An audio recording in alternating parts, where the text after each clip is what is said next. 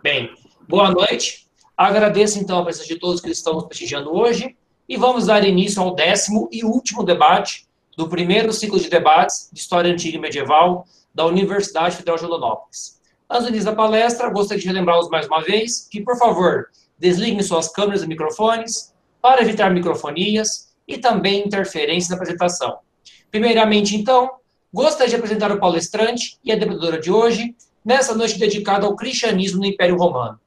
Iniciando, então, pelo professor Adilson, ele possui graduação em filosofia pela Universidade Católica Dom Bosco, graduação também em teologia pelo Instituto Tecnológico Oeste 1 e 2 da CNBB, mestrado em educação pela Universidade Federal do Mato Grosso e doutorado em história pela PUC São Paulo. Atualmente é professor associado na Universidade Federal de Rondonópolis, lecionando nos cursos de História e Psicologia, e também é coordenador do grupo de pesquisa Isocult do CNPq. Tem experiência na área de História, com ênfase em História Moderna e Contemporânea, atuando principalmente nas seguintes temáticas: História e Cultura, História Regional, Educação e História, Trânsito Religioso, História Oral e Filosofia. Bem, vamos agora apresentar a professora Cíntia. Ela possui graduação em História pela Universidade Federal do Paraná, tendo feito mestrado pela mesma instituição. Atualmente é doutorando em História, também pela Universidade Federal do Paraná, com fomento da CAPES, e também é membro do Núcleo de Estudos Mediterrâneos da UFPR. Suas pesquisas versam sobre a história das mulheres e também da Eclésia na Antiguidade Tardia. Bem, com isso, então, neste momento, passo, então, a palavra ao professor Adilson, para ele iniciar sua apresentação. Professor Adilson, é um prazer tê-los conosco aqui. Cíntia também, é um grande prazer tê-la conosco aqui. E quando você quiser iniciar a apresentação, fica à vontade. Ok, Danilo. Boa noite a todos. Quero começar, claro, agradecendo, né? É uma alegria, é uma honra estar aqui, agradecer ao Danilo, meu colega, professor dessa universidade, parabenizar a ele e a equipe toda, né? Pela condução, né, desse excelente ciclo de debates, né? Eu pude estar em algumas das edições, né? Aos expositores que me precederam, né? Pelo nível, pela qualidade das questões aqui colocadas, né? Por compartilhar generosamente as suas pesquisas, né? Quero agradecer à professora Cíntia, ainda que eu não a conheça, por compartilhar, né, essa mesa comigo e enriquecer o debate com, certamente, os seus comentários que virão posteriormente. E agradecer a todos vocês, né, alunos, pós-graduandos, né, graduandos, enfim, pela perseverança, né, essa é a 10ª rodada, né, e a gente vê que a sala está cheia, né? Parabéns. Bom, eu quero começar a fala vou dividir a minha fala pelo menos em 2, 3 momentos e tentar conciliar leitura com exposição oral direta, né? Falando de uma descoberta acidental e fascinante, a meu ver. Em dezembro de 1945, um grupo de 7 agricultores beduínos do pequeno vilarejo de Al-Qassar, situado ao longo do rio Nilo, no Alto Egito, enquanto procuravam fertilizantes para as suas plantações, descobriram acidentalmente, junto a um esqueleto humano, um dos maiores achados do século XX sobre os cristianismos. Tratava-se de uma jarra cerâmica selada com betume, que no seu interior continha 13 códices encadernados em couro, que permaneceram guardados por 1.500 anos.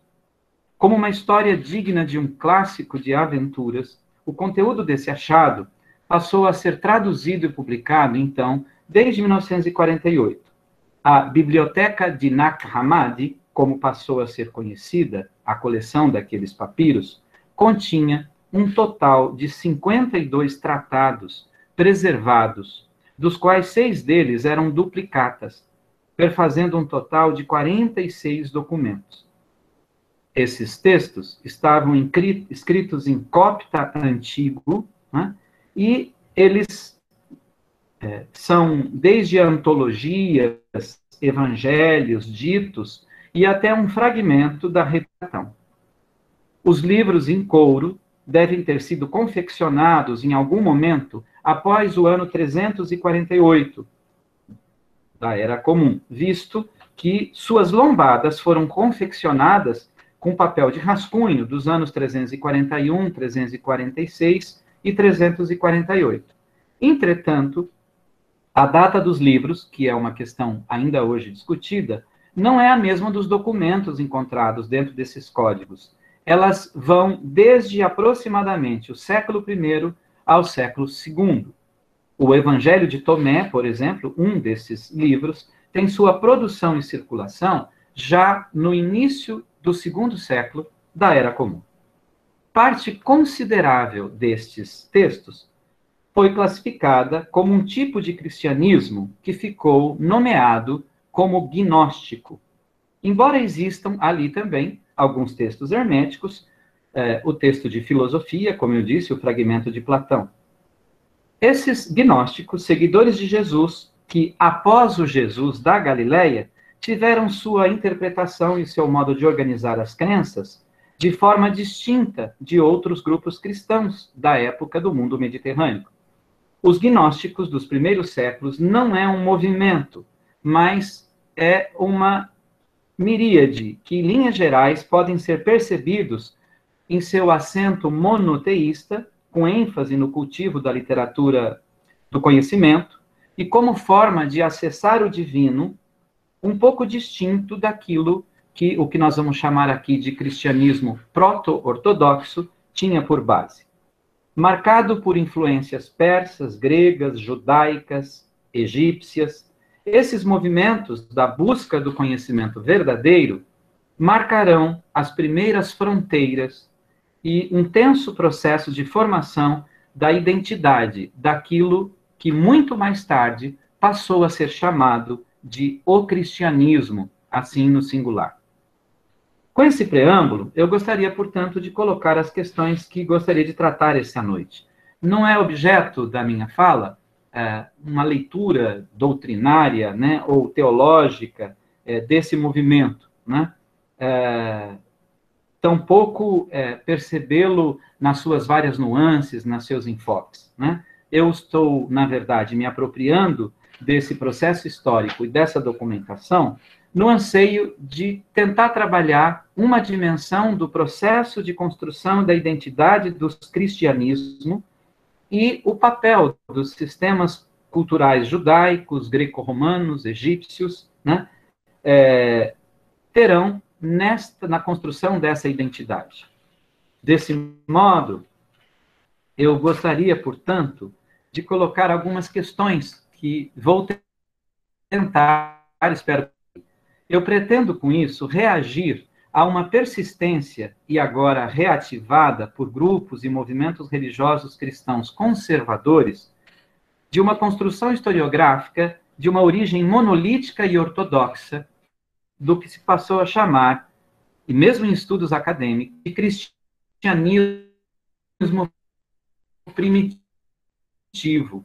Gostaria de problematizar essa compreensão do que seja cristianismo, assim no singular, como dotado de uma capacidade autoexplicativa, de uma transparência e de uma unidade semântica originária que se mantiveram intactas no confronto, nas interações com o judaísmo e todo o conjunto do politeísmo greco-romano, de outros grupos cristãos, a que o grupo vencedor, sobretudo a partir do século IV, passou a denominar de herético, de pagão, no contexto do Império Romano.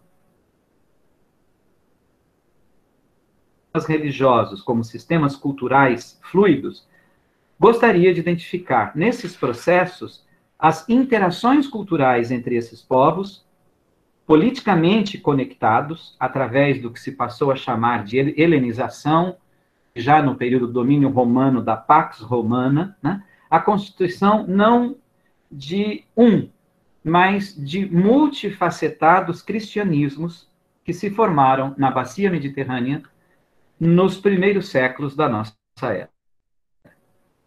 Como esses cristianismos se constituíram? Como um deles tensionou, ou vários deles disputaram poder com a ortodoxia, com os sistemas culturais e políticos do entorno. Como esses cristianismos se relacionaram com os sistemas socioculturais dos quais faziam parte? Um romano nunca deixou de ser romano depois de ser cristão, né? Tampouco os outros povos. Como isso se combinou na estruturação desse novo movimento cultural religioso? Como dialogaram ou como se opuseram com o diversificado caldo cultural da bacia mediterrânea, especialmente nesses 2 primeiros séculos, que é o período que eu realmente vou me deter.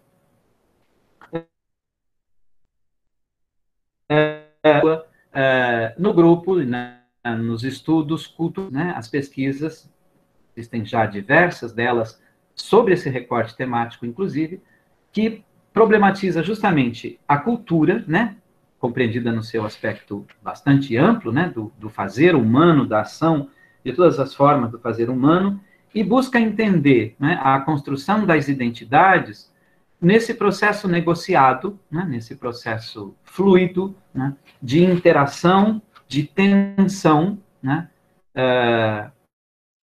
e de processos de apropriação e de assimilação. Estou falando de Stuart Hall, né, do próprio Thompson, estou falando do Homi Bhabha, né? Então, é um pouco com essa tradição teórica, metodológica, que quero trabalhar. É importante dizer, né, eu não sou um especialista em história antiga, no mundo antigo, né? A minha formação em filosofia e um pouco da paixão particular, sobretudo, por essas temáticas, eu discuto religião e religiões no mundo contemporâneo e na sua interface, né, com a sociedade, com a política, com outros grupos, né? O meu último livro é sobre trânsitos religiosos para as novas religiões neopentecostais, mas é interessante que é possível, e eu identifiquei, né, já há alguns anos que estou olhando sobre isso, pesquisadores brasileiros, né, que têm produzido trabalhos muito interessantes sobre essa dimensão, né, de perceber esse processo de construção identitária, né, no diálogo, né, com os sistemas culturais. Estou falando do professor Chevitarese, lá do Rio de Janeiro, da Gabriele Cornelli, o Nogueira, Paulo Augusto Nogueira, né, de São Paulo, Mônica Selvassi, o professor Gilvan Ventura, que certamente muitos de nós conhecemos, né, que discutem este período, discutem cristianismos, né, de uma forma muito interessante. Então, parte do que vou aqui trabalhar bebe também nestas fontes.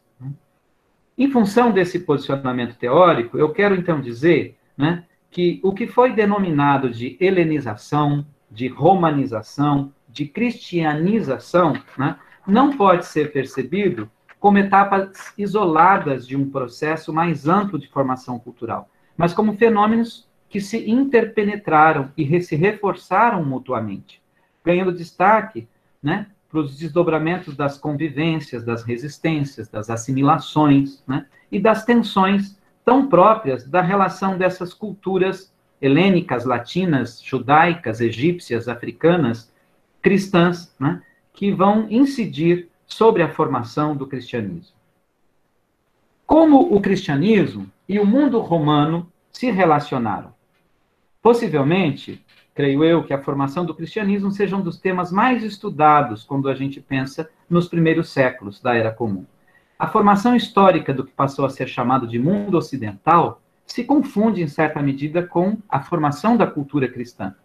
Os impactos disso ultrapassam a demarcação cronológica da própria Idade Média. Vide os reativações, né, dos fundamentalismos cristãos, né, em pleno século XXI. Fortemente marcada pelos seus agentes, como reflexo da própria hegemonia cristã, boa parte dos estudos sobre o movimento de Jesus após Jesus passou a ser percebido como um movimento monolítico, denominado cristianismo primitivo, ainda que por vezes se nomeia, né, cristianismos originários, cristianismos nascentes, né, mas todos tratam desta perspectiva no singular, atravessado nos primeiros séculos de sua formação por movimentos desviantes, que desde a sua origem, né, O cristianismo sempre foi o que se passou a chamar de primitivo como um movimento único, ligado a uma esfera religiosa já constituída com um dogma pré-estabelecido, né? Seja nas leituras que fazem da documentação neotestamentária, seja dos documentos patrísticos a posteriori, como algo predado. A argumentação que aqui me proponho é justamente, né, a de problematizar esse processo de estruturação, assumindo, né, que esse foi um processo extremamente tensionante, de disputa, né, e multifacetado.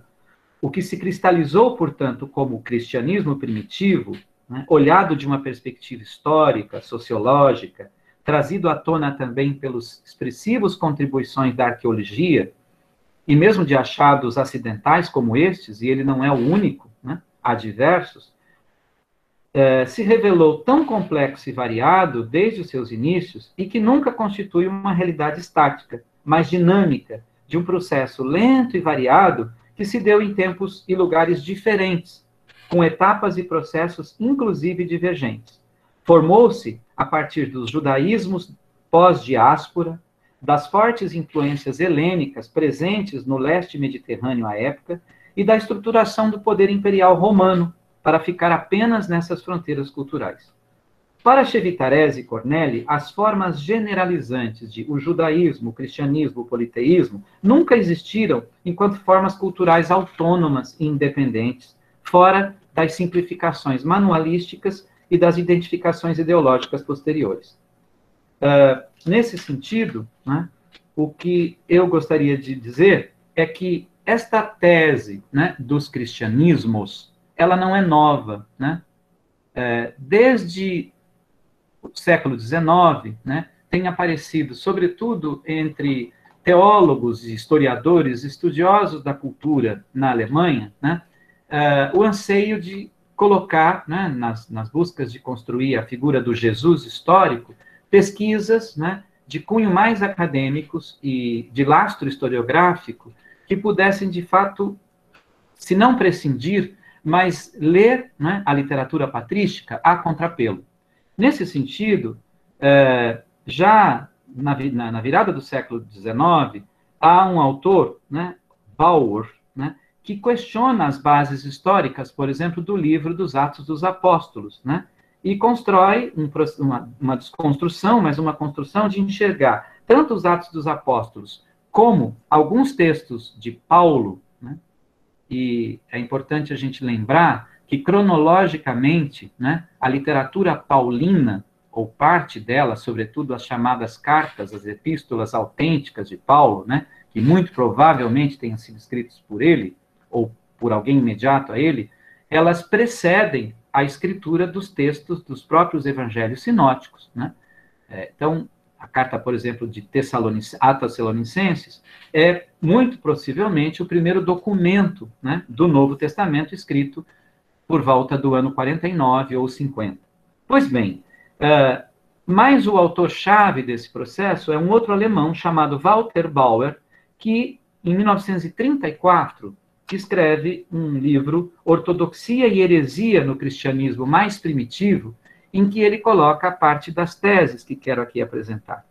Fundamentalmente, o que Bauer faz é justamente dizer que aquilo que se chamava ou se chamou de cristianismo foi uma construção lenta, gradual, tensionante, com diversos outros tipos e formatos de cristianismo que foram sendo construídos, constituídos, né, no leste do Mediterrâneo, né, nos povos e culturas onde chegaram, né, os primeiros mensageiros e o processo de evangelização, digamos assim, do cristianismo.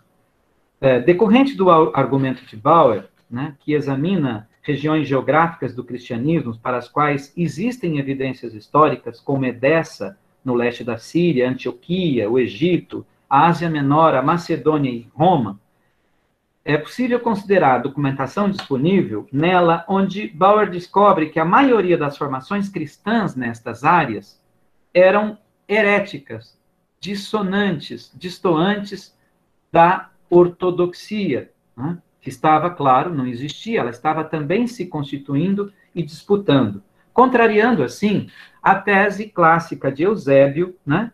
Eusébio de Cesareia, de uma ortodoxia originária pré-estabelecida.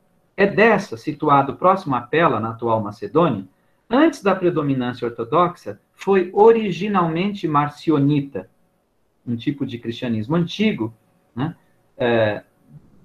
Gnóstico, uma vertente gnóstico, dos diversos tipos de cristianismos presente nas cidades gregas. Quais eram esses cristianismos, né? E aí é interessante a gente perceber, né, que aquela pergunta que consta no Evangelho de Marcos, né, que Jesus pergunta aos discípulos, quase que sondando o seu ibope, né, que dizem as pessoas que eu sou, né, possivelmente já refletia essa modalidade de distintas formas, né, de recepção da própria mensagem, né?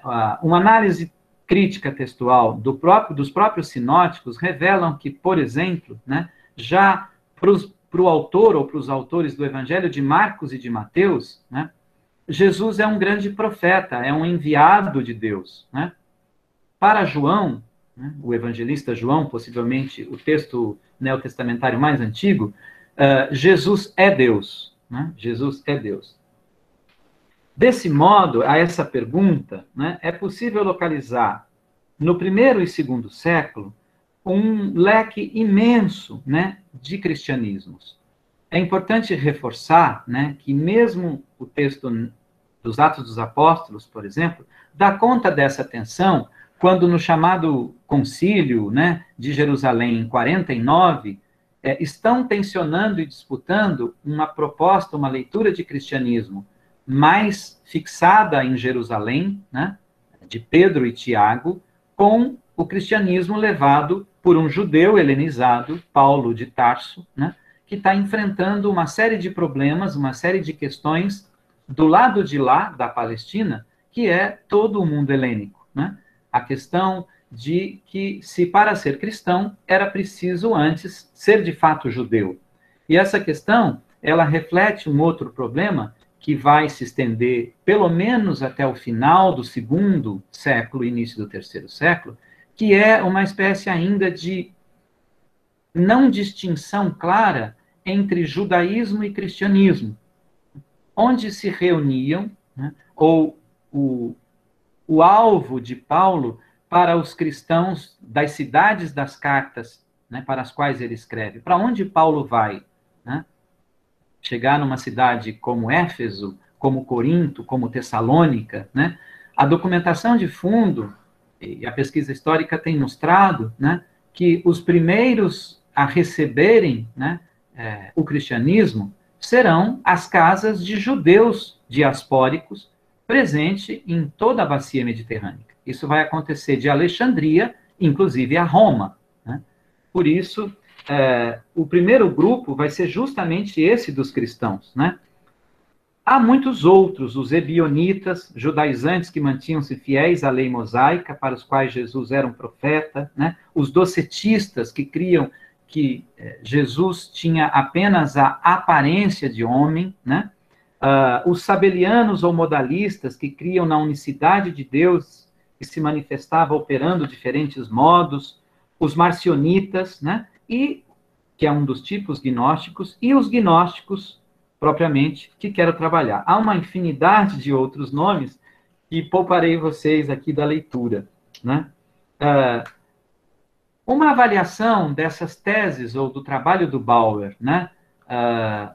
Um outro pesquisador nos Estados Unidos que tem publicado muito, né, Bart Ehrman, ele revela que a obra de Bauer, ela foi talvez tardiamente, né, descoberta, quando em 71 seu texto é traduzido para o inglês, né, e a partir daí há uma efervescência das pesquisas, né, a partir de Bauer e das fontes, né, e das pistas que ele dá para estudar estes cristianismos, né.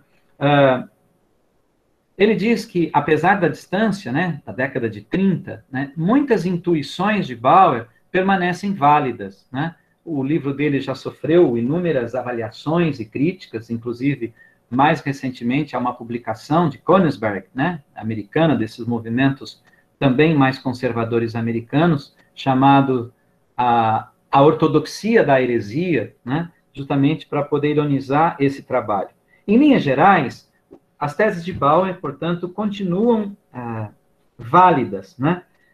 Lembrando, sobretudo, que ele trabalhou com uma documentação da década de 30, e ele, claro, não pôde acessar o que hoje nós temos, né, dos manuscritos de Qumran e estes textos de Nag Hammadi, que estou aqui a dizer. Pois bem, dito isto, gostaria, então, de entrar na questão do gnosticismo propriamente, né? O que eram estes grupos, ou este grupo, né, que forma uma das correntes, né, batizadas de heréticos, portanto, por toda a ortodoxia dos heresiólogos católicos, né, cristãos. Esse foi um dos movimentos mais fortes, né, que mais tensionou, né, com a ortodoxia. Repito, uma ortodoxia que não existe tecnicamente, né? Ela está se constituindo. Lembremos, né, da condição, já quero dizer, de não liberdade, né, do cristianismo, né? O cristianismo era, né, até pelo menos meados do terceiro século, uma religião marginal, que obviamente vai disputando espaços, vai disputando lugares com o poder, né, com os politeísmos greco-romanos, né, mas ela não goza do status de uma igreja, né? Esse é um processo de construção que está se fazendo. Pois bem, o que nós chamamos de cristãos gnósticos, e esse nome foi dado por outros, né? Uma vez que um dos pontos centrais do gnosticismo é justamente a busca, né, da perfeição, né, da elevação espiritual, né, ou em linguagem mais cristã, da salvação, se dá pelo conhecimento verdadeiro, né, o conhecimento revelado, mas que é alcançado por uma ascese. Né. Há toda uma discussão grande, né, de onde vem este movimento, né, e isto divide os estudiosos do tema, né, mas a contar do seu corpus doutrinário, né, da sua organização cosmogônica, é visível no gnosticismo, né, e não existe esse ismo também é um modo contemporâneo de nós enquadrarmos, ou como, né, os padres da patrística o enquadraram, né, porque, como eu disse, eles são vários, há raízes, né, caldeias, raízes persas, né, há uma incidência imensa do pensamento grego, sobretudo a filosofia platônica, né, há toda uma base cosmogônica judaica, né, que se funde nesse caldo cultural do Mediterrâneo, né, para formar esta modalidade de cristianismo que estou aqui a dizer. Em que consiste exatamente, né, esse tipo de cristianismo chamado gnóstico? Né? Vou tentar sintetizar, né, porque essa documentação de Nag Hammadi, os 13 códices, né, com os 46 textos, como eu disse, quase todos eles, com exceção de 3 ou 4 que são herméticos e o fragmento de Platão, né, os outros textos todos, né, Evangelho de Tomé, de Maria Madalena, Apócrifo de João, Evangelho egípcio, são textos que não são muito fáceis de você poder tirar, né, uma teologia única, né? Mas tento aqui, a partir dos autores que discutem esta modalidade de cristianismo, sintetizar do seguinte modo. Primeira coisa, os gnosticismos, né, creem num dualismo entre o uno, um ser excelso, transcendente, inefável, invisível, né, que não pode sequer ser chamado de Deus, né, porque seria já uma forma de defini-lo e, portanto, de restringi-lo, um dualismo entre este uno e a matéria a ele oposta. Né? A criação do cosmos não seria um resultado da vontade divina, mas da ação de um demiurgo, o Abadaó. Né? que aprisionou o espírito humano em um corpo, de modo absolutamente arbitrário. Como consequência desta queda, cabe ao homem iluminado pela revelação obter a gnose, o conhecimento verdadeiro que o faz retornar a Deus, livrando-se assim do martírio terrestre no qual ele foi lançado. Esse conhecimento não é um conhecimento racional, cognitivo, né? Ele transcende a razão, ele é um movimento interior de descoberta, como dizem os gnósticos, da centelha divina que está dentro de cada ser. O Evangelho de Tomé, um destes textos de Nag Hammadi, afirma que o reino de Deus está dentro de vocês. Crendo que o reino, né, que há dentro de cada ser uma centelha do divino, acreditavam, como na filosofia platônica, que havia 3 tipos de seres humanos: os físicos, os psíquicos e os espirituais, que somente estes últimos tinham a capacidade da ascese para adquirirem este conhecimento. E aqui vão surgir interpretações de que os gnósticos, portanto, eram elitistas, visto que, destes modo, a salvação, a elevação, estaria reservada apenas para alguns.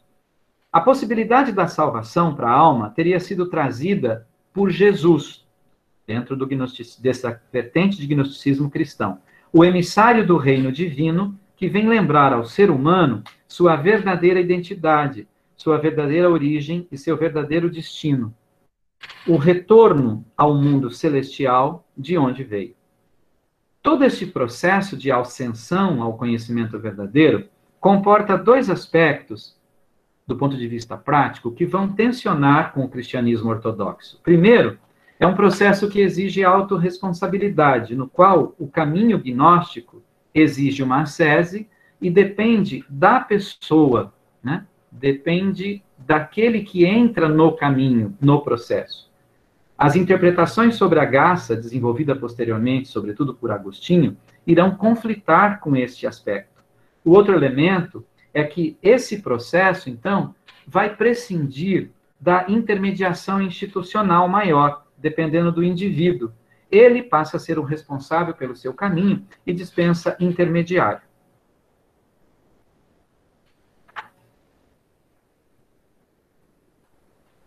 O achado de Nag Hammadi, dito no começo,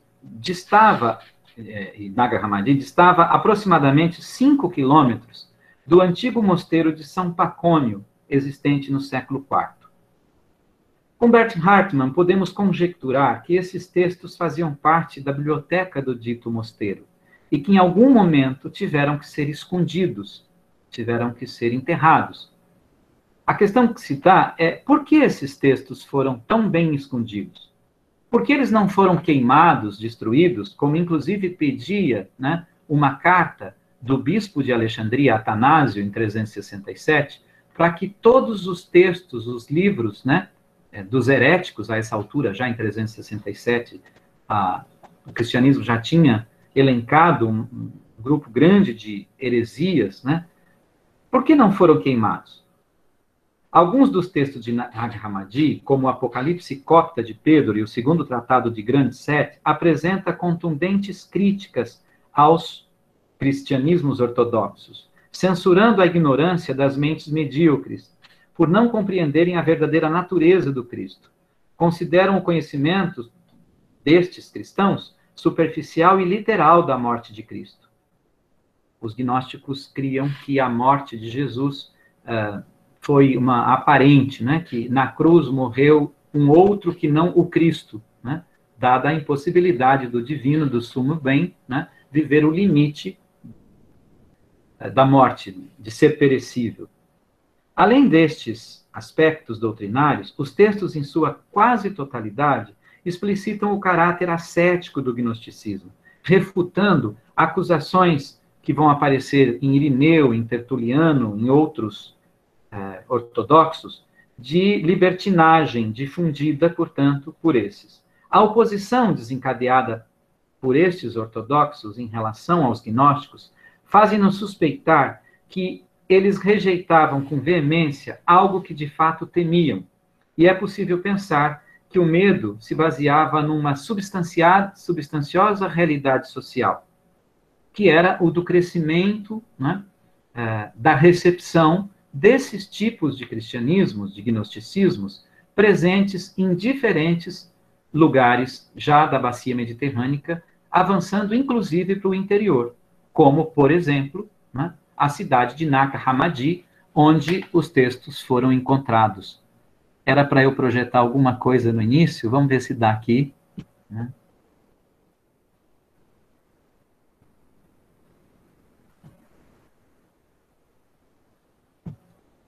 Está aqui, né? Nag Hammadi está a mais ou menos 100 quilômetros de Luxor, portanto, bem já no interior, né?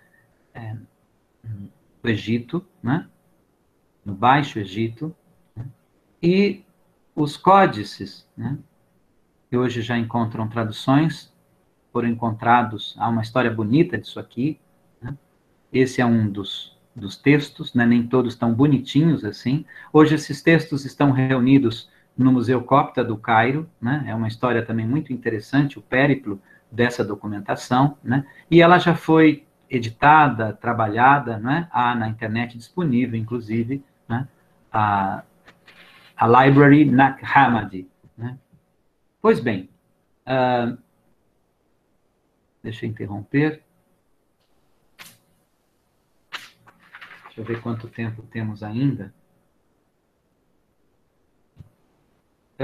Como o gnosticismo se relacionará, né, com o cristianismo ortodoxo? Já falamos disso, né, nas diferentes formas de tensão. Márcio Gomes elenca esses pontos de tensão. Eu pus para interromper. Aqui. Entre o cristianismo ortodoxo e esses gnosticismos cristãos. A liberdade interpretativa dos gnósticos sobre Cristo era uma posição contrária à ideia de se ter uma doutrina unívoca sobre Jesus Cristo. O cristianismo gnóstico possuía várias lideranças, inclusive a possibilidade de mulheres, né, serem líderes, serem profetisas, né, serem sacerdotisas, diaconisas, né, e uma hierarquia institucionalizada, ou uma hierarquia organizada de modo distinto, né, da ortodoxia institucional. Essa passou a condená-la, né, exatamente por enfrentar outro modo de pensar as relações de poder e de organização. Dada a sua própria hierarquização, centralização e criação de um discurso unívoco. Apesar disso, e por causa disso, a proto-ortodoxia cristã interagiu, apropriou-se de elementos gnósticos. O Apocalipse de João, né, na documentação neotestamentária, algumas cartas paulinas, né, outras cartas atribuídas, mas não de fato de Paulo, né, estão repletas de referências gnósticas. Isso mostrando que essa modalidade de cristianismo disputou espaços e regimes de verdades, no momento mesmo da constituição daquilo que depois será chamado de cristianismo. As interações culturais não se dão apenas nas equivalências, nas assimilações recíprocas. Elas também se dão por encontros e elaborações culturais que emergem da experiência e são vividas e sentidas de formas diversas, em oposição e, às vezes mesmo, em disputas por afirmar-se. Como sugere Harrison, os grupos sociais podem estabelecer uma relação conflituosa não apenas porque apresentam diferenças identitárias irreconciliáveis, mas por se encontrarem separados por usos e costumes absolutamente incompatíveis, mas também por nutrirem aspirações comuns ao monopólio dos mesmos símbolos culturais. Esse é justamente o caso dessas duas modalidades de cristianismo que se tensionam. Para a historiadora americana Karen King, não se pode dividir gnosticismo e cristianismo como se fossem simplesmente duas coisas certas e distintas. Podemos falar, então, em variedade de cristianismo e gnoses. As proximidades entre ambos se deu por causa de suas características, como a capacidade de adaptação do gnosticismo. Adolf Harnack, um desses autores que começaram as pesquisas de forma mais rigorosas, né, do cristianismo, descreveu que o gnosticismo era uma aguda helenização do cristianismo. Suas influências aristotélicas, né? A dualidade do mundo inteligível e o mundo sensível, a alegoria da caverna, a teoria da reminiscência, né? Marcaram sensivelmente o gnosticismo. Alexandria, o centro, né, de irradiação, era também, né, uma cidade, possivelmente o centro cultural mais importante e polo irradiador dessa modalidade de cristianismo desde o início do segundo século. Ela se encarregará de tornar o gnosticismo mais híbrido, né? Lembremos que Alexandria era, né, um centro onde havia inúmeros judeus da diáspora, né, gregos,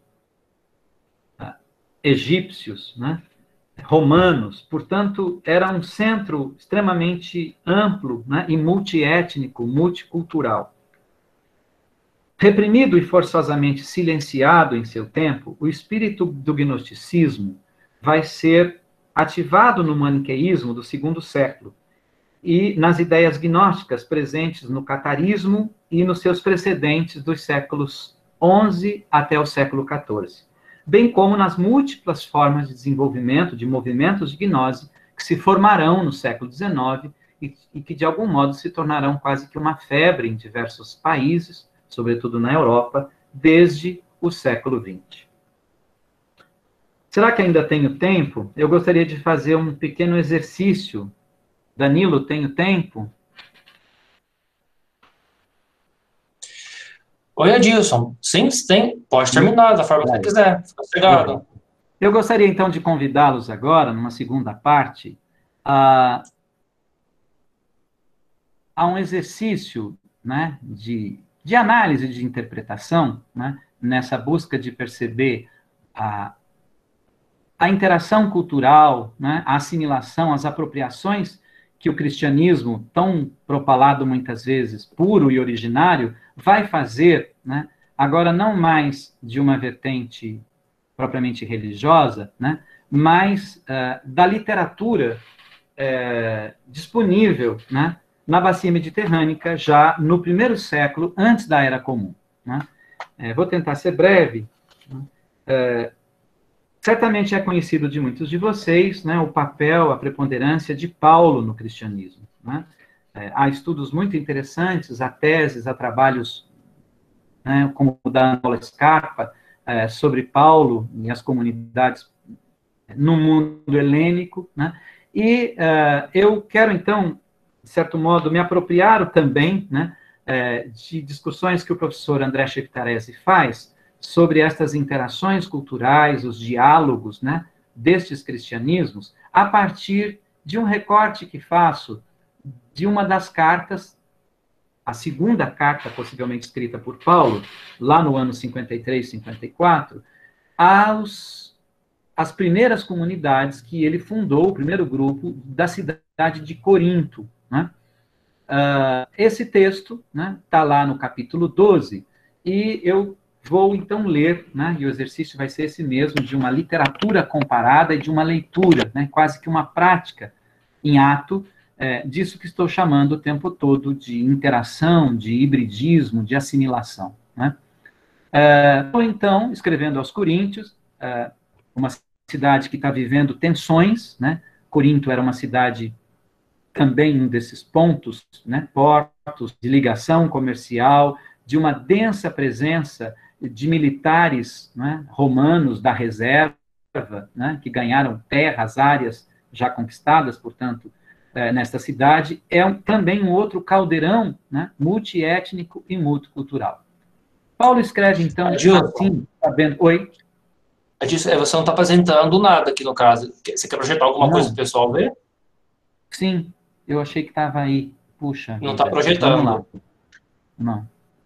Uai, no meu está dando que está projetado, olha. Vou tentar parar. Coloca uma janela, se for um texto, no caso, você clicar nele. Uhum. Obrigado. Agora sim? Agora sim, deu certo. Correto. Vamos ao texto. Diante das divisões, né, e das facções, possivelmente, de cristianismos que ali já existia, Paulo escreve e diz o seguinte: como o corpo é um, embora tenha muitos membros, e como todos os membros do corpo, embora sejam muitos, formam um só corpo, assim também acontece com Cristo. De fato, todos nós, judeus ou gregos, escravos ou livres, fomos batizados num só Espírito, para formarmos um só corpo, e todos nós bebemos de um único Espírito. Com efeito, o corpo não é feito de um membro apenas, mas de muitos membros. Se o pé disser, eu não sou mão, portanto não pertenço ao corpo, nem por isso deixa de pertencer ao corpo. E se o ouvido disser, eu não sou olho, portanto não pertenço ao corpo, nem por isso deixará de pertencer ao corpo. Se o corpo todo fosse olho, onde estaria o ouvido? Se o corpo todo fosse ouvido, onde estaria o olfato? De fato, Deus dispôs os membros e cada um deles no corpo, conforme quis. Se houvesse apenas um membro, onde estaria o corpo? Mas, de fato, há muitos membros, e, no entanto, um só o corpo. O olho não pode dizer à mão, não preciso de ti, nem a cabeça dizer aos pés, não preciso de vós. Bem mais ainda, mesmo os membros do corpo, que parecem ser os mais fracos, são indispensáveis. Mas Deus, quando formou o corpo, deu mais honra ao que nele é tido como sem valor, para que não haja divisão no corpo, mas, pelo contrário, os membros sejam igualmente solícitos uns aos outros. Se um membro sofre, todos os membros sofrem com ele. Se um membro é honrado, todos os membros se regozijam com ele. Vós todos sois o corpo de Cristo, e individualmente sois membros desse corpo. Imagino eu que alguns de vocês já devem ter ouvido, pelo menos uma ou outra vez, né? É a leitura deste texto. Como mencionei, né, Paulo escreve isso lá por volta do ano 53, né? E o faz, né, sob a intenção de aplacar as divisões, né, e as multiplicidades que estão surgindo de cristianismos naquela comunidade. Sem mais delongas, né, eu gostaria de apresentar, portanto, um segundo texto que é de autoria de Dionísio de Halicarnasso, né, na sua obra Antiguidades Romanas, né, escrito provavelmente entre o ano 30 e o ano 8, né, antes da Era Comum. Nesse texto, Dionísio diz o seguinte, ele está, o contexto deste texto, vamos dizer já, né, trata-se daquelas disputas, né, e daquelas questões ligadas à plebe, né, que está pleiteando mais poder, né, junto ao Senado romano e todos os problemas que estão ocorrendo nesse momento, né, na República Romana. A secessão da plebe, como ficou conhecido historicamente. Pois bem, Dionísio relata que uma polis se assemelha em alguma medida a um corpo humano, porque cada um deles é composto e consiste de muitas partes. E nenhuma de suas partes tem a mesma função ou desempenha o mesmo serviço que as outras. Se essas partes do corpo forem dotadas, cada uma delas por si, de percepção e voz própria, uma sedição surgirá entre elas. Todas elas, unindo-se contra a barriga e os pés, dirão que todo o corpo repousa sobre eles. As mãos que lidam com a atividade artesanal, que garantem as provisões, que lutam contra os inimigos e que contribuem com muitas outras vantagens para o bem comum, os ombros, a boca, a cabeça, possui tudo pelo qual uma coisa é preservada, e em seguida todos eles dirão à barriga, e você, boa criatura, qual destas coisas você dá, e qual a sua utilidade para nós? E aí diz Dionísio, pensando na sua intenção, né, da metáfora que está a usar. Assim é uma polis, ela é composta de muitas classes de pessoas que não se parecem umas com as outras. Cada uma delas contribui com algum serviço específico para o seu bem comum, tal como os membros do corpo humano. Alguns cultivam os campos, outros lutam contra o inimigo, em defesa daqueles campos. Os outros atuam de forma útil no comércio marítimo. E há ainda aqueles que lidam com as atividades artesanais. Se todas essas diferentes categorias de pessoas se levantassem contra o Senado, que é composto dos melhores homens, e dissessem, e você, Senado, que bem você faz? Por que razão você supõe poder governar sobre os outros? Você não pode nomear coisa alguma, Pois bem, não deveríamos nós agora nos libertar desta sua tirania? Assim também nas polis. O Senado, quem administra as questões públicas, providencia os recursos para todos, preserva, guarda e corrige todas as coisas. O outro texto, e aqui vou encerrar, né, é de Tito Livio, né, escrito num outro momento, não muito distante, né, entre 29 e 27, mais ou menos exatamente o mesmo período, né, e está na história de Roma. Né. Tito Livio diz o seguinte: Menênio Agripa, disse-lhes a seguinte história à moda primitiva e tosca. Nos dias em que todas as partes do corpo humano não estavam como agora, concordando entre si, mas cada membro tomando o seu próprio rumo e fazendo o seu próprio discurso, os outros membros, indignados por verem que tudo era adquirido pelos seus cuidados, trabalhos e ministérios, ia para a barriga, enquanto ela, sem perturbação no meio deles, nada fazia, mas somente desfrutava dos prazeres por eles fornecidos. Havia uma conspiração. As mãos não estavam levando alimentos à boca. A boca não os aceitava quando lhes era oferecido. Os dentes não os mastigavam. Enquanto que nos seus ressentimentos, eles estavam ansiosos para coagir a barriga pela fome. Os próprios desgastaram-se e todo o corpo foi reduzido ao último estágio de exaustão. Então tornou-se evidente que a barriga não prestava nenhum serviço ocioso. Então, o que ela recebia não era maior do que aquele que ela conferia pelo retorno a todas as partes do corpo do sangue, igualmente distribuído nas veias, pela qual vivemos e somos fortes. Através desta comparação e mostrando como a desavença entre as partes internas do corpo era semelhante à animosidade dos plebeus em relação aos patrícios, ele conseguiu ganhar a sua audiência. Não intento fazer agora uma leitura, né, crítica, ideológica de tudo que esses textos trazem. Né? Gostaria de, à guisa de exercício, né, de que deixássemos de lado, né, o conhecimento que nós temos do autor da Carta aos Coríntios, né, como um texto bíblico, sagrado para alguns. Podemos encontrar evidentes paralelismos entre os 3 primeiros textos, produzidos em lugares e em tempos diferentes. Aproximadamente, pelo menos 80, 90 anos em relação à carta de Paulo, mas que lidam com uma situação comportamental social muito parecidas, almejando os mesmos gatilhos nas mentes de quem os escutavam. União, coesão de grupo, seja ele uma polis, uma família ou um grupo religioso.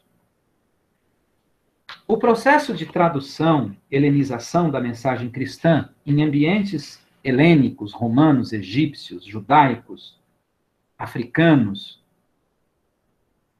foi condição imperiosa da saída do gueto judaico e projeção do movimento de Jesus para além da Palestina.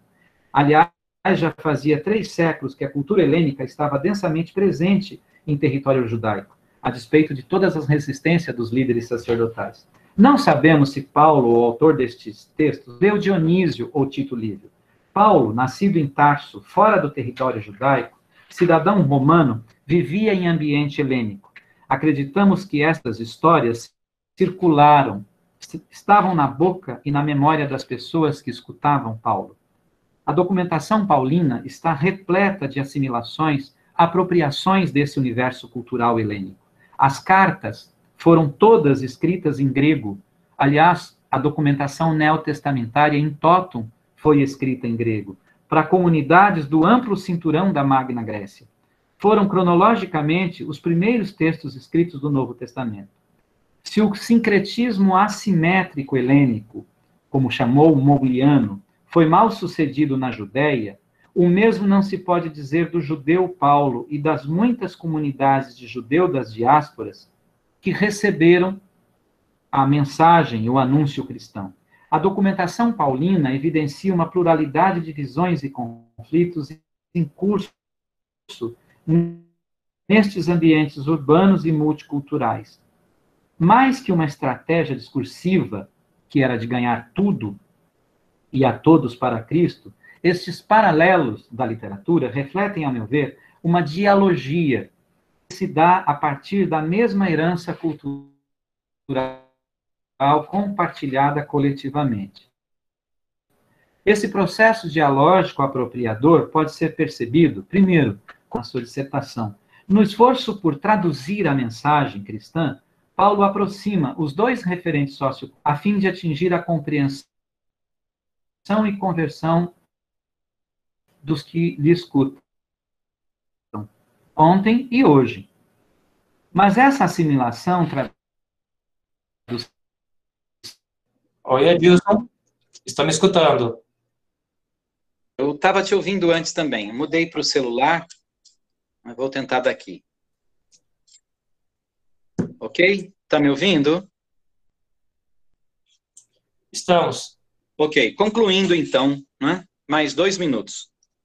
No momento, portanto, em que diversos fundamentalismos são reativados, e sobretudo no âmbito cristão, né? Seja no universo católico, protestante, que apelam para os fundamentos, para a inerrância e a literalidade dos textos bíblicos, no momento no qual o capital e políticas conservadoras alimentam economicamente e ideologicamente estas iniciativas fundamentalistas, que alçam mão de uma fidelidade e continuidade apostólica, que insiste em colocar em pé de igualdade com as pesquisas científicas mitos cosmogônicos, torna-se urgente e necessário nosso papel como historiadores, como vasculhadores de fontes e problematizadores de seus conteúdos, questionadores de silêncios impostos, artífices de desnaturalizações ou cristalizações que nada possuem de histórico ou científico. Como componente da cultura, as religiões, todas elas, sem distinção, não se dão no vácuo social. Seus processos constitutivos estão eivados de disputas, assimilações alheias e descartes. Muitos dos elementos que compõem os cristianismos contemporâneos são parte deste processo de apropriação, exclusão, silenciamentos e porosidades inauditas. Assimilado aquilo que outrora fora pagão, helênico, judaico, egípcio, africano, gnóstico, tem emergido como monolítico e natural no presente, ajudando a solidificar a identidade do que passou a se chamar hoje de cristianismo. Creio eu que debruçar-se sobre o que ficou para trás, o que foi silenciado ou perdido, é dever de ofício, mas também para nós é compromisso com as transformações necessárias do presente em que vivemos. Muito obrigado.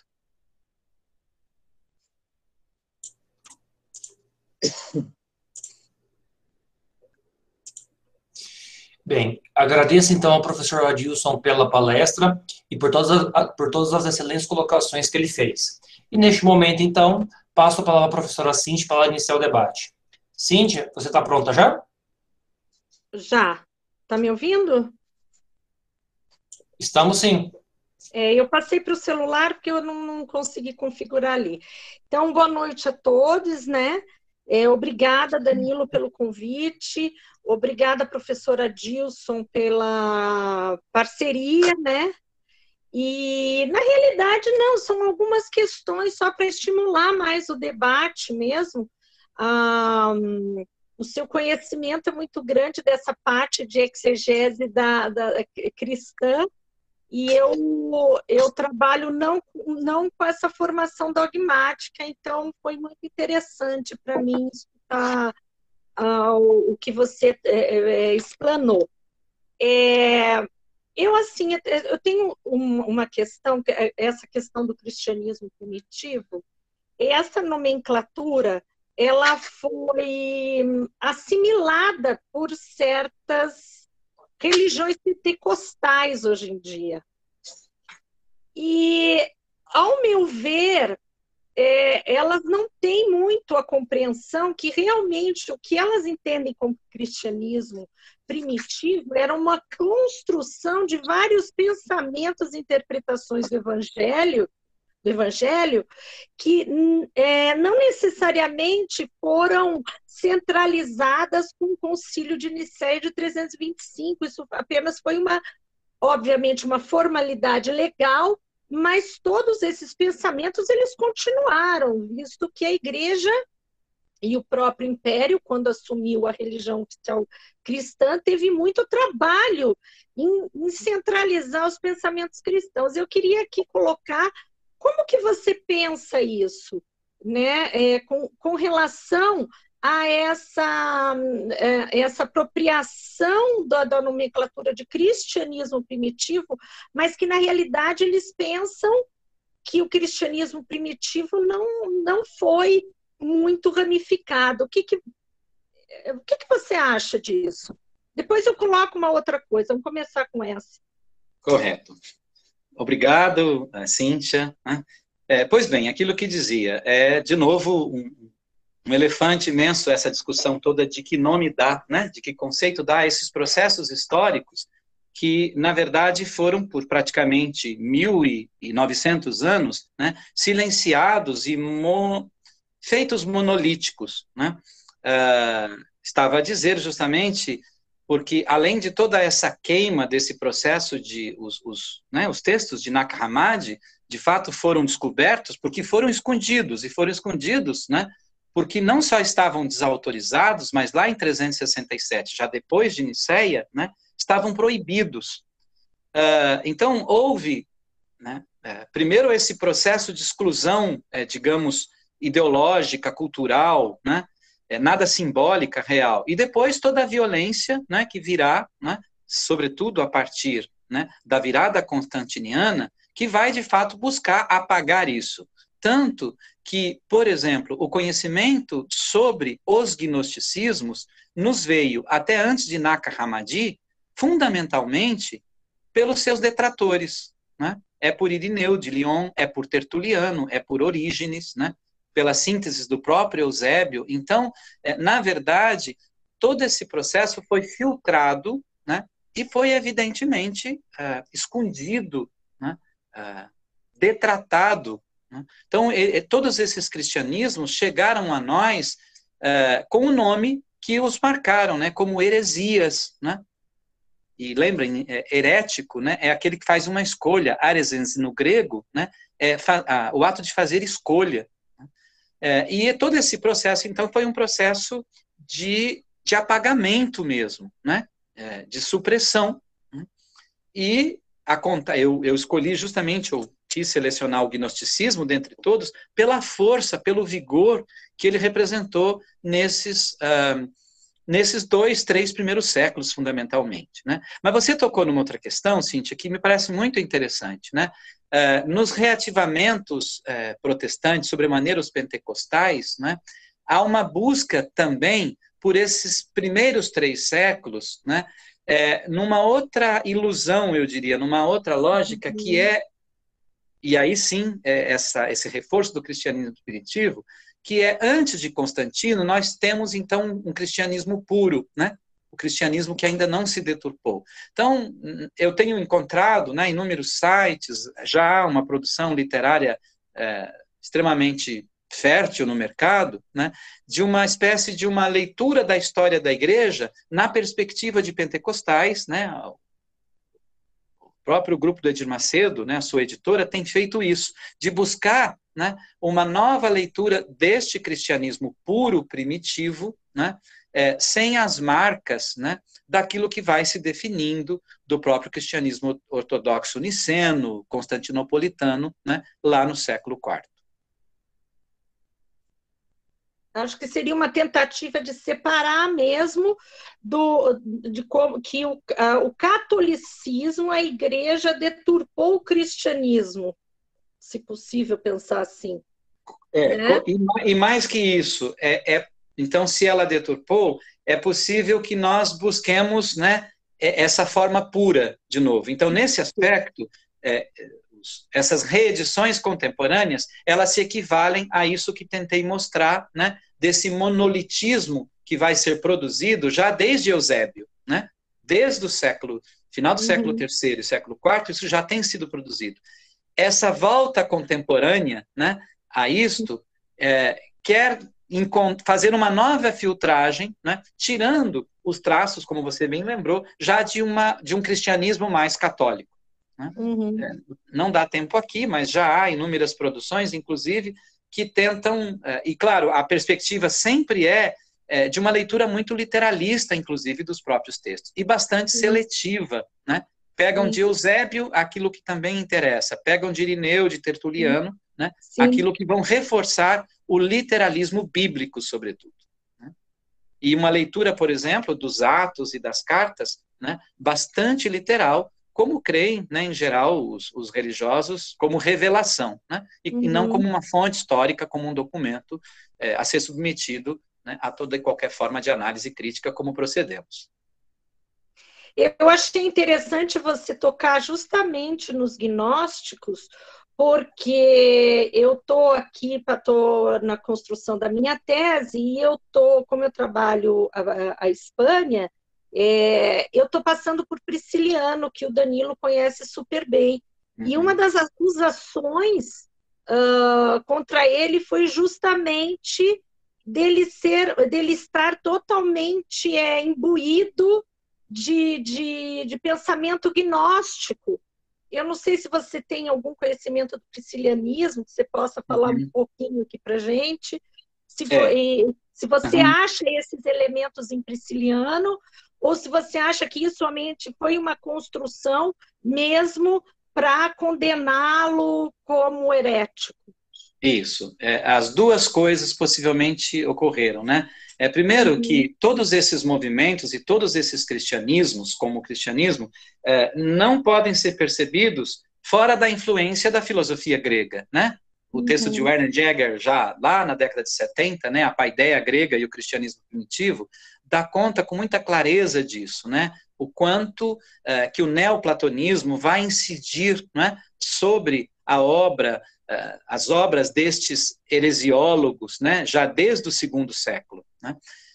Esse é um dado. O outro dado é que tudo aquilo, reitero, né, que a gente vai ter antes da descoberta dessa documentação sobre todos esses movimentos desviantes, sobremaneira o gnosticismo, é filtrada, né, por efeito cumulativo, né, de toda essa produção da patrística do século II, né, até o século V, VI. Né?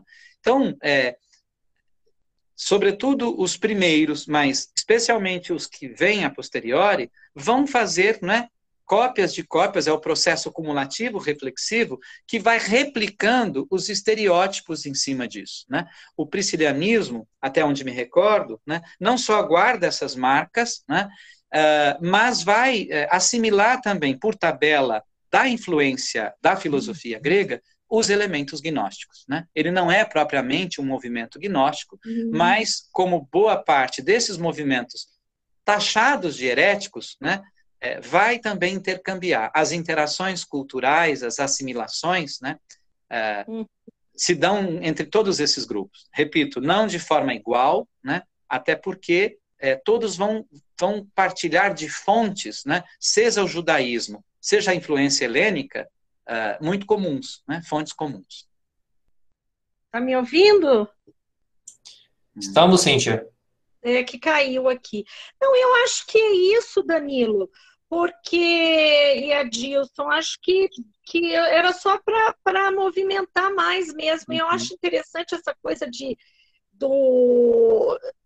você falou da coisa da influência helenística nas produções desses cristãos, e eu me lembrei aqui que Juliano vai ficar muito bravo com isso tudo e vai querer proibir, vai querer ter uma volta do helenismo puro, assim, e vai querer, eu estava lendo uma fonte que ele pede que os cristãos utilizem os seus próprios escritores e não os escritores deles, que deixem os escritores helênicos em paz.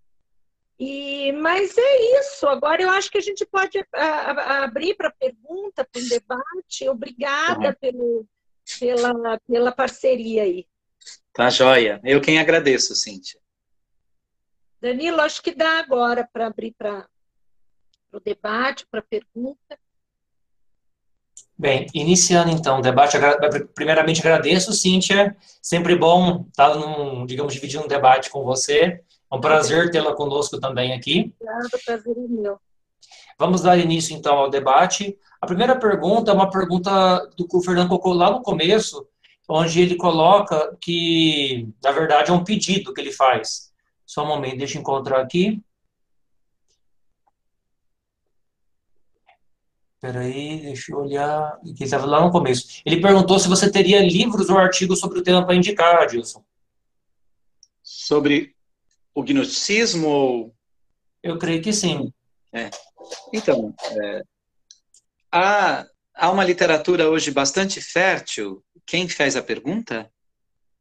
Fernando de Oliveira, quer artigos e livros sobre isso. Isso, então. Há uma literatura já bastante fértil, lamentavelmente a maioria, né, está em inglês, né, mas eu recomendaria a Karen King, né, é uma historiadora, né, que tem publicado bastante a respeito. Há um livro dela What is Gnosticism, né, muito interessante, e uma outra historiadora americana, né, Elaine Pagels, que é quem, na verdade, trabalhou no processo de edição, tradução e organização, né, da Library Nag Hammadi, né, que também está disponível, e são esses dois textos fundamentais. Agora, sobre essa questão dos cristianismos, né, eu recomendo a produção muito bonita do pessoal da UFRJ, sobretudo o professor André Chevitarese, né, e Gabriele Cornelli, da UNB, que tem trabalhado bastante essas questões, né,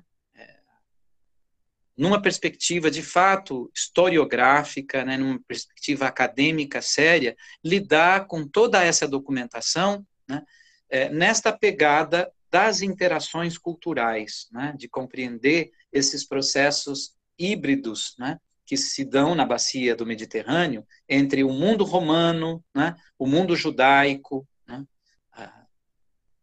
todas essas formas de constituição, não só do cristianismo, né, mas também dos diversos politeísmos que ali existem. Né? A gente, né, nos nossos manuais, sempre vai aparecer a religião greco-romana. Né? Esses estudos problematizarão, inclusive, isso. E há toda uma literatura grande também, né, produzida em língua inglesa, né, estudos mais recentes, por exemplo, embora não seja historiador, né, há esse trabalho do Bart Ehrman, muito interessante, né, chamado Evangelhos Perdidos, né, que, como eu disse, embora não seja uma leitura histórica, né, mas é bastante séria e documentada, né, sobre esse momento e esses processos de silenciamento, né, e disputas entre estes cristianismos.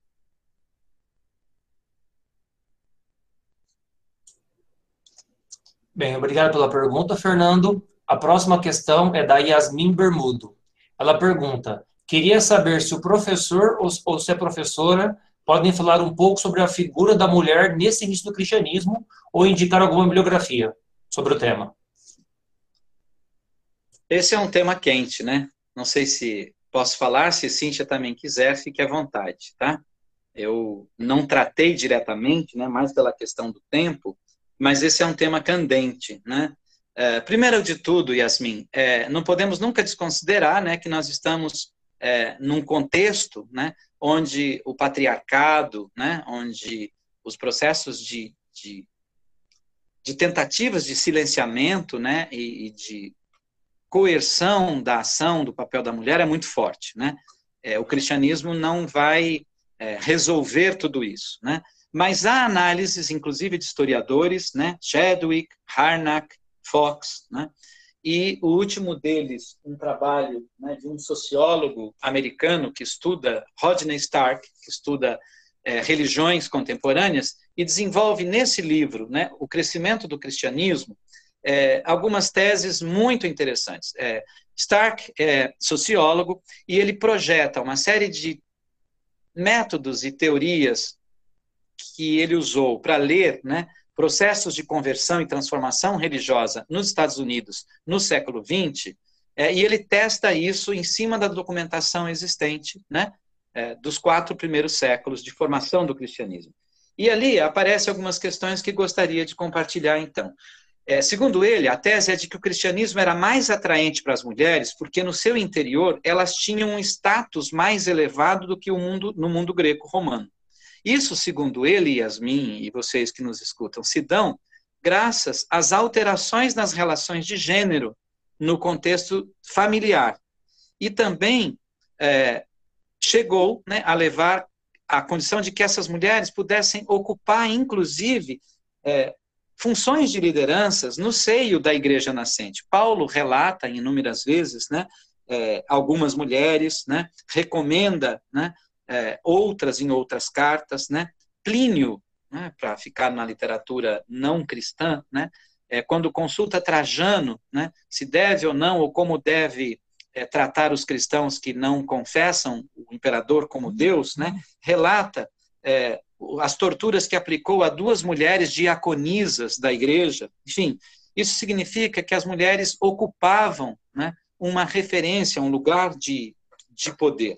Stark vai argumentar ainda que elas eram numericamente mais presentes no cristianismo do que provavelmente nos politeísmos greco-romanos, em virtude das interdições quanto ao infanticídio, né? Lembram que as meninas, né, em geral, podiam não sobreviver, né? E o aborto, né? E com isso, ele vai trabalhar uma tese muito curiosa e interessante de que essa situação, né, de não infanticídio feminino, né, e de não produção do aborto, não provocação do aborto, né, como interdito moral para as mulheres cristãs, oportunizou 2 coisas. Uma taxa de menor mortalidade entre as mulheres, né, e um aumento maior do número de meninas, portanto, que sobreviveram ou sobreviveriam nesse contexto. Dado a esse excedente de mulheres cristãs, né, ele também desenvolve uma tese de que esse excedente de mulheres cristãs com menor número de homens obrigou-as a buscar casamentos exogâmicos, né, com não cristãos. Né? E é muito curioso que lá por volta do final do século III, há um Papa Dámaso, que chega inclusive, já que muitas dessas mulheres são da aristocracia ou de grupos sociais mais altos, né, vão requerer da igreja, não podiam casar com plebeus, né, então vão casar com a aristocracia, e o aristocrata não era cristão. Né? Inicialmente isso estava vedado, mas, de novo, a necessidade vai interpondo modificações.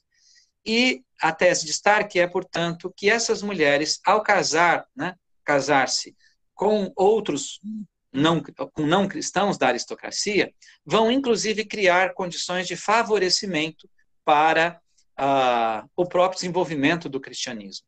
Há um exemplo clássico na documentação da Cláudia, esposa de Cômodo, né, que intercede a ele para que não aprisione o bispo de Roma, à época, que era Calixto.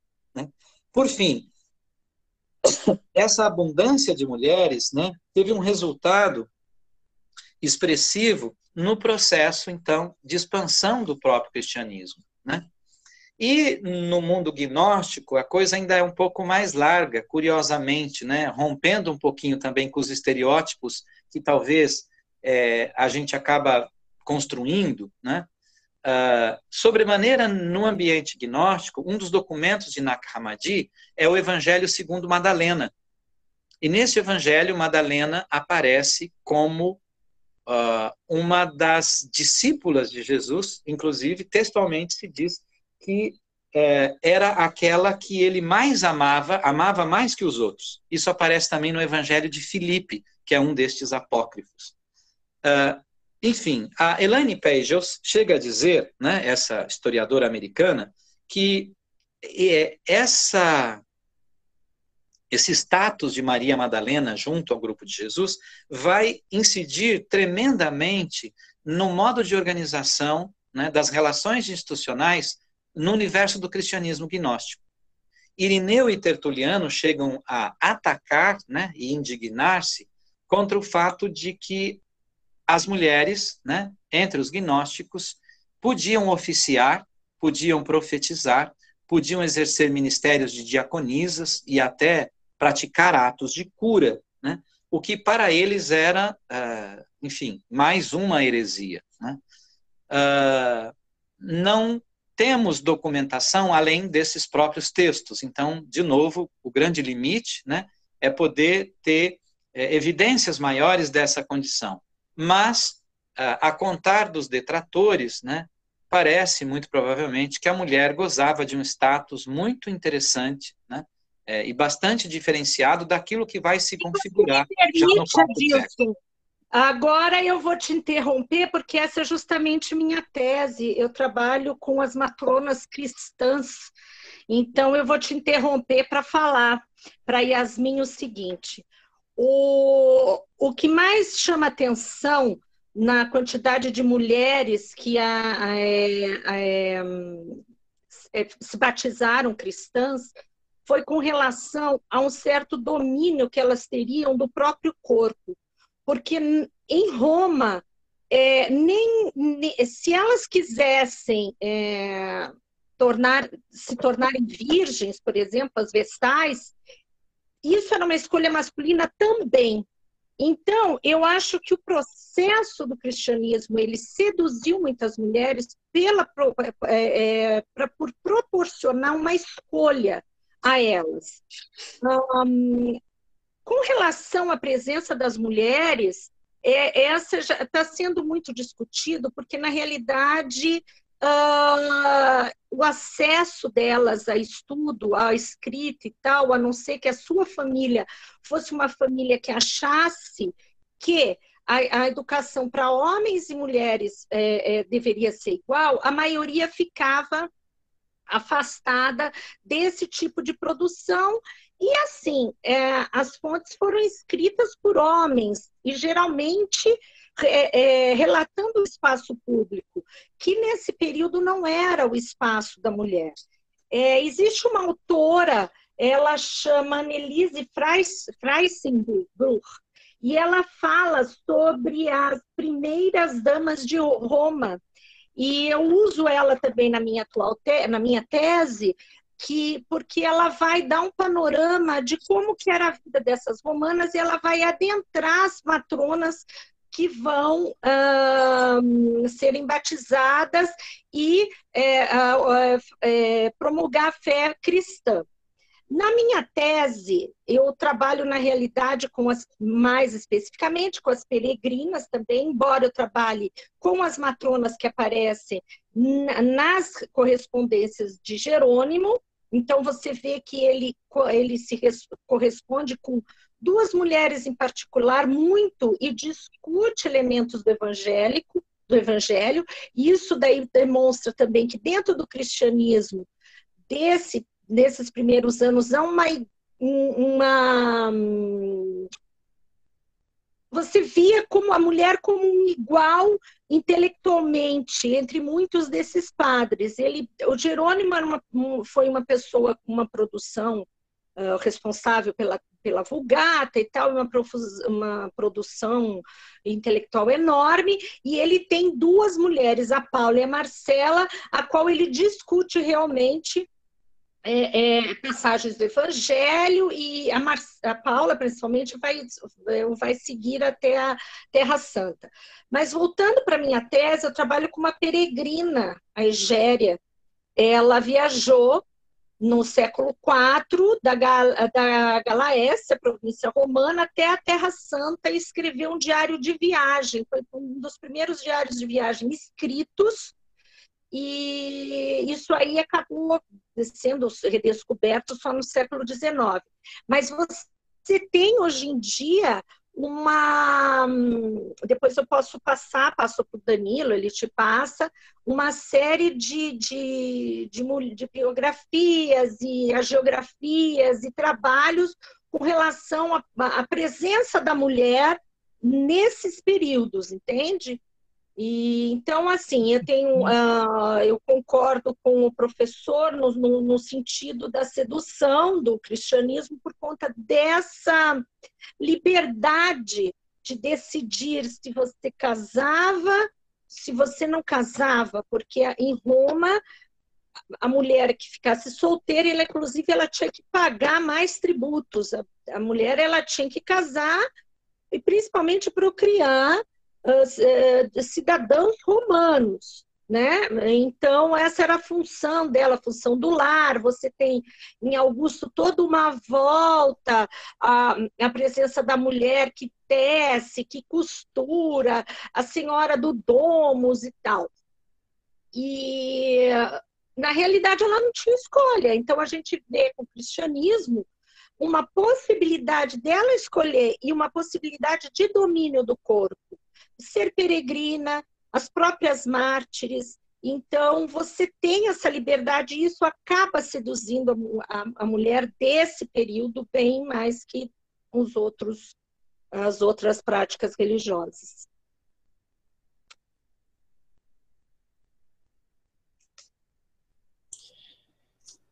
Obrigado pela questão, Yasmin, obrigado, Adilson, obrigado, Cíntia. Vamos para a próxima questão do Heitor. Ele pergunta para você, Adilson, como o gnosticismo reage a este processo de apagamento? Então, Heitor, não podemos esquecer que tudo o que estamos falando nos chega a nós, obviamente, né, pela documentação, pela produção literária, apologética, né? Então, a despeito da gente sempre falar assim, que faltam fontes, nós não temos informação, né? Eu citei Alexandria, todo mundo aqui sabe, com certeza, né? Da grande biblioteca, aliás, recomendo aquele filme maravilhoso, né? Ágora, né? Traduzido para o português, que vai tratar desse momento, não desse momento, mas do processo de destruição, né? Desse universo da produção literária, né? Escrita. E as guerras entre esses grupos se deu através dos livros, né, como acabou de lembrar, inclusive, a Cíntia. Com isso, quero dizer assim, a primeira forma de reação do gnosticismo foi o enfrentamento, né, da desqualificação do cristianismo ortodoxo, como o cristianismo ortodoxo fazia em relação a ele, né? Há inúmeros textos da biblioteca de Nag Hammadi que vai tratar, né, olha, a formação, né, dos próprios padres, dos próprios líderes, é uma formação bastante tênue, né, e há inúmeros documentos que dão conta disso, né? Então, o primeiro vai ser um enfrentamento, né, numa desqualificação recíproca através dessa produção literária, como prova do que chegou a nós, né?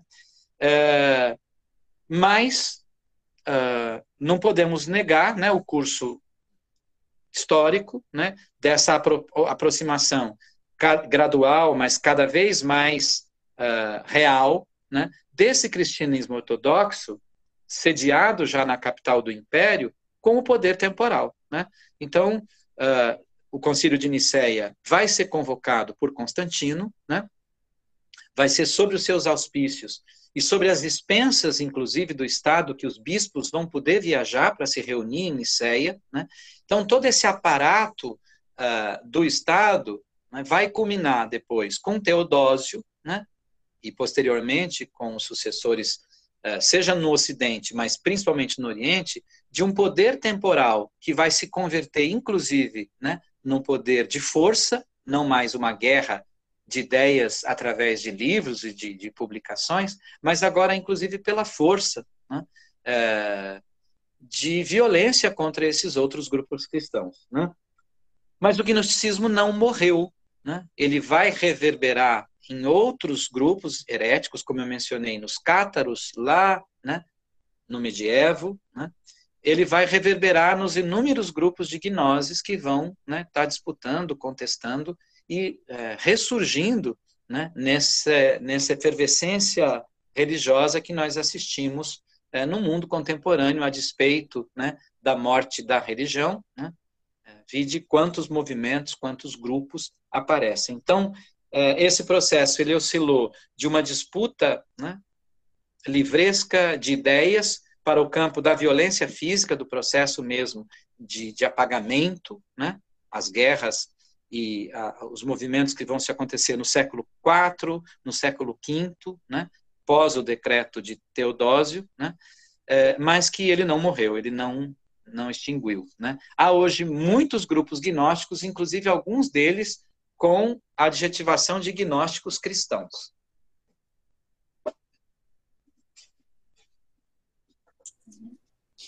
Muito obrigado, Heitor. A próxima inscrita é a Cíntia Souza. Professor, de que forma nós poderíamos discutir o problema de estarmos lidando com fontes históricas como qualquer outra com pessoas que têm fé? Muito interessante, Cíntia. É um desafio. Imagino que, acho que, de algum modo, né, a gente já passou por isso. Eu queria responder essa pergunta sua, fazendo uma provocação para nós, né? Eu estou já um bom tempinho na universidade e percebo em muitos dos meus colegas, percebo em nós, historiadores, sem fazer a crítica pessoal a ninguém, né? Às vezes um certo, não sei, um certo estranhamento quando a gente vai falar da documentação histórica chamado Bíblia, né? Eu me pergunto assim, primeiro, como a gente vai estudar o Brasil, como a gente vai estudar os brasileiros, né? Como a gente vai estudar qualquer processo político, cultural, social no nosso país, se a gente não, de algum modo, de forma crítica, de forma séria, não estuda o livro que 86% dos brasileiros professam crer. Né? E nesse contexto de reativação de fundamentalismos, né, de literalismos bíblicos, mais ainda se torna necessário nós, historiadores, nos debruçarmos sobre essa documentação. Obviamente, né, é quase dispensável dizer a perspectiva, a lente a partir da qual nós precisamos lê-la, né? Como uma literatura, como um documento, né? Submetê-lo à crítica histórica, né? À crítica textual, né? E há hoje uma enormidade de ferramentas para isso, né? Inclusive o acesso a traduções e a fonte, né? Formas mais confiáveis, inclusive, dessa produção, que traz uma riqueza imensa, inclusive de informações históricas. Mas a sua pergunta fala do outro, né, de como lidar com essa alteridade. Primeiro, né, o texto bíblico ele não é um livro, né, ele não é um texto, ele é uma biblioteca imensa, né, de diferentes contextos, né, de uma miríade de autores que nós não conhecemos, né, os pseudonomes são sempre atributos, na maioria das vezes. Deste modo, como é que a gente vai falar com isso com uma pessoa que não tem essas ferramentas das quais nós dispomos, né? Eu acho que uma coisa fundamental, talvez, sem sair do texto, é mostrar as inúmeras contradições que o próprio texto traz, né? Elas são infinitas, né? Eu estava esses dias fazendo um paralelo, por exemplo, das contradições que existem entre essas idas missionárias, esse processo gerador dos Atos dos Apóstolos, né? Há infindáveis contradições de data, de autor, de nomes, né? Paulo foi para cá, mas daí 3 capítulos depois aparece que não, ele já estava em outro lugar. Quer dizer, a crítica textual desde o século XIX tem nos mostrado, né, que esses documentos eles foram sendo compilados, né, eles foram sendo compostos, né, ao longo de séculos, né? Então, nós não temos um único texto escrito, né, do início ao fim por um idealizado autor, né? Nós temos diferentes tradições, composições, que em um determinado momento foram sendo juntados, né, foram sendo combinados, né? Isso não quer dizer que eles sejam falsos, né?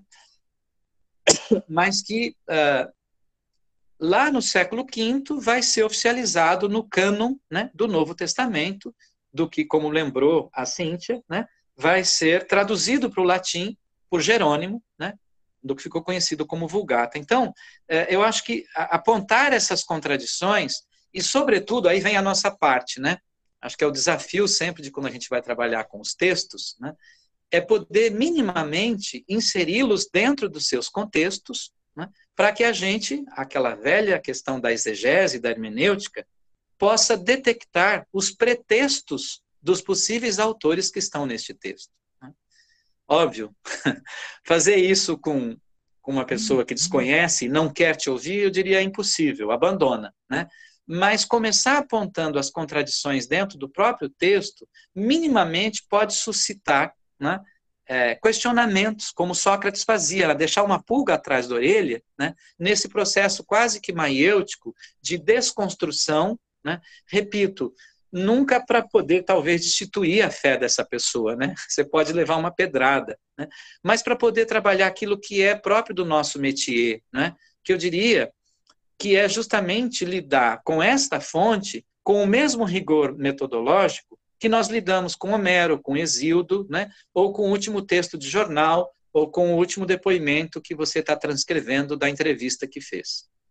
É isso. Bem, muito obrigado, Cíntia, pelo questionamento. E, Adilson, nós temos mais dois comentários breves. Um é do Samuel, onde ele questiona que ele não entendeu o livro que você tinha acabado de falar. Deixa eu ver qual é o nome aqui. Qual é o autor que estuda a religião contemporânea? Não entendi o nome do autor. Uma hora você citou e ele não conseguiu entender o nome do autor. Rodney Stark. Esse sociólogo norte-americano, né? Ele estudou, é um autor da chamada teoria da escolha racional, né? E ele projeta uma série de métodos, né? E de assertivas teóricas que ele vai cunhando na sua pesquisa. É um autor relativamente já bastante conhecido, tem muita coisa publicada no Brasil, e o texto é esse, O Crescimento do Cristianismo. Ele é um dos autores que mais destoa, né, um pouco de uma tradição historiográfica mais clássica mais atual, né, exatamente pelas provocações que faz a partir dessas intuições, que eu chamo, dessas teorias que ele usou para estudar, sobretudo, os Mormons e grupos externos cristãos que chegam nos Estados Unidos, sobretudo na costa leste, né? E ele projeta isso para os 4 primeiros séculos de formação do cristianismo. Trabalha com algumas fontes, né, de época de forma muito interessante, né? É um autor bastante controverso, mas que, a meu ver, pode estimular, né, a leitura que a gente vai fazer desse período, para além de um olhar cristão, para além de um olhar religioso. Bem, obrigado pela pergunta, Samuel. E o último questionamento é do Fernando. Ele está perguntando se você poderia deixar seu e-mail para vocês poderem conversar sobre o tema. Claro, sem problema. Como é que a gente faz isso? Passo para você, né? Com certeza. Posso deixar, não tem problema algum. Você prefere colocar no chat, Adilson, ou prefere que você pode me repassar, eu repasso posteriormente? Posso colocar aqui, né? Se alguém mais quiser conversar, é sempre bom. Esses assuntos, como eu disse, a história antiga não é minha área de especialização, né? Mas é uma área de paixão e de gosto. Segue aqui meu e-mail. Bem. Ainda tiver um segundo, obrigado, Adilson. Eu queria projetar uma imagem. Dá tempo ainda, Danilo?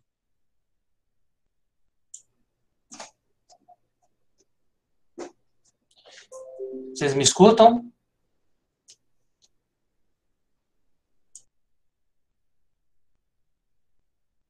Oi. Consegue me escutar? Eu te escuto, eu ouço. Ok. Não, eu tinha dado um problema aqui no meu som. Ok, então. Adilson, Cíntia, vocês gostariam de acrescentar mais alguma coisa para finalizar? Porque já são quase 10 horas, então, devido ao adiantado da hora, nós não temos mais nenhum questionamento. Correto. Não, só queria agradecer mesmo a oportunidade e deixar um abraço para vocês. Eu deixei meu e-mail ali para Yasmin, mas para quem quiser também conversar, pode me escrever e daí a gente troca mais ideia. É isso. Tá ok. Então, estão pedindo para que eu projete a imagem, vamos ver se consigo, né? É mais para estimular a pesquisa, acho que aqui saiu do ar, né? Vai ficar para uma próxima. Vamos ver. Eu quero agradecer, Danilo, a oportunidade, né? Agradecer a perseverança de vocês aí, teimosos, né? E, sobretudo, dizer assim, né? Eu acho que de novo, né, nesse momento em que fundamentalismos, em que formas tão bélicas, né, beligerantes, são ativadas de novo em nome da religião, em nome de um Deus, né, em nome da fé, né, é fundamental o nosso trabalho, né, de repor esse debate, né, como um debate não apenas de um ponto de vista também político beligerante na mesma moeda, né, mas se tem uma secretária que chega a dizer que o criacionismo deve aparecer no livro de biologia, né, no mesmo teor, com o mesmo peso, né, das teorias científicas, né, é fundamental que a gente procure, do ponto de vista da nossa área, né, estudar esses processos constitutivos, né, mais do que só a partir das fontes, né, mas reconhecendo nestas fontes, né, aquilo que elas têm de contraditório, né,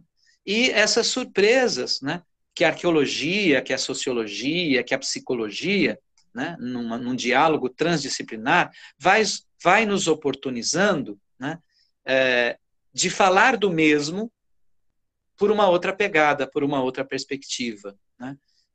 A história não pode se render, né, ao poder, né, seja de Eusébio, de Constantino, ou de quem quer que seja, né, porque as fontes estão aí, sempre a gritar, né, pedindo de nós esses processos de desnaturalização, né, daquilo que foi instituído. Muito obrigado. Obrigado a vocês. Bem, então, como não temos mais nenhum questionamento, vamos dar por finalizado o debate de hoje. Agradeço, então, a participação de todos durante todo o evento e reforço mais uma vez que os certificados estarão prontos em breve e serão enviados para o e-mail cadastrado no site do evento ou para o e-mail que foi colocado na lista de presença. Para quem quiser ver novamente os debates, eles estão disponíveis em nosso canal no YouTube, História Antiga. Bem, com isso, então, deixo um grande abraço a todos e nos vemos numa próxima oportunidade. Adilson, Cíntia, novamente, muito obrigado pela participação de vocês. Foi um prazer tê-los vocês no debate de hoje e nos vemos numa próxima oportunidade. Muito obrigado mesmo. Valeu. Valeu, tchau, tchau. Uma boa noite a todos e até a próxima, pessoal.